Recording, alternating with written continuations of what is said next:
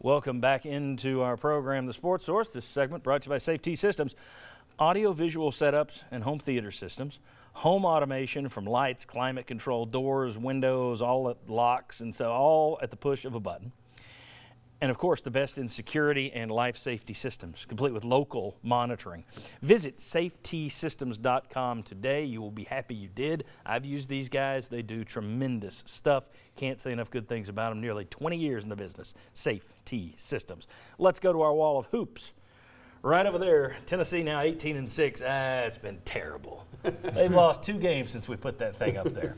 You're up in the upper right quadrant there. You are 1-1. You have 2 games this week. South Carolina, who you beat on the road. You got them back at Thompson Bowling. Then you go on the road to Georgia. And, Mark, that's a team that you've pointed out in the past has given Tennessee some trouble since Rick Barnes has been there or been here. Give me a quick scouting report. South Carolina and at Georgia. Well, first of all, both these teams swept us last year, and obviously beating us at Tennessee. We were able to beat South Carolina because of Silva, held him in check. And 2 of their guards, they were their high performers. Myers and one other guy had 16 points. We got to control tempo. One thing that we did not allow South Carolina to do was their physicality dictate our offense. You saw that last night. Alabama's guard, their pressure, pushed us off the three-point line, gave us fits. Georgia will try to do the same thing. They've got the leading scorer in the country, Mayton, a big guy. Georgia's going to try to use their duck-ins. We've got to be on top of those duck-ins with our bigs, and ball pressure is going to be key so they can't get to the spots on the floor against Georgia. Let's talk about seeding, because it came out this week that Tennessee, I think ESPN's BPI and maybe another website came out and said that Tennessee, their computer said they're likely to get a #1 seed if this happens and this happens. I think Saban did that before Alabama, so we started having the rat poison. Yeah, it was rat poison. I think that was rat poison. I'm sorry. This team has been better than the sum of its parts, I think. No insult to the players. And I think when you look at a team that's better than the sum of its parts, it's hard to say, oh, yeah, they're gonna win out and they're going to be a #1 seed. I don't think they have the talent to be a #1 seed. But I do think that with all those other teams losing yesterday, with their strength of schedule, it was a bad loss, but I don't think they're going to drop from #3 seed as it stands right now. And, Mark, if this team wound up with a 4 or 5 seed, I don't know how many people could really complain going into an NCAA tournament. Where do you think they are seed-wise? You've been through this process. The NCAA is probably the tournament selection committee. They're doing a mock selection today of the top 4 seeds in each region. In the past, they have used this set of numbers. Now they're going to kind of toy with some new numbers.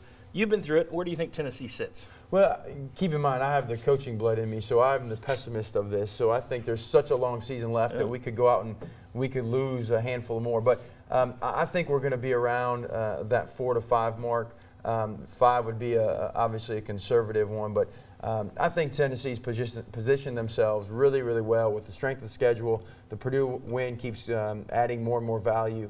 I think they're going to be right in that 4 to 5 range. You guys agree with that? I mean, you're looking at, you got 6 games to go. All of those are top 100 RPI teams on your schedule left. We all know very well Tennessee's history in the SEC tournament. We can sit there and say, well, it's different year, different coaches.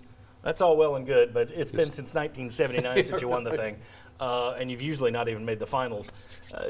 Mike, you've covered a lot of basketball here at Tennessee. Your thoughts on seeding, where Tennessee is?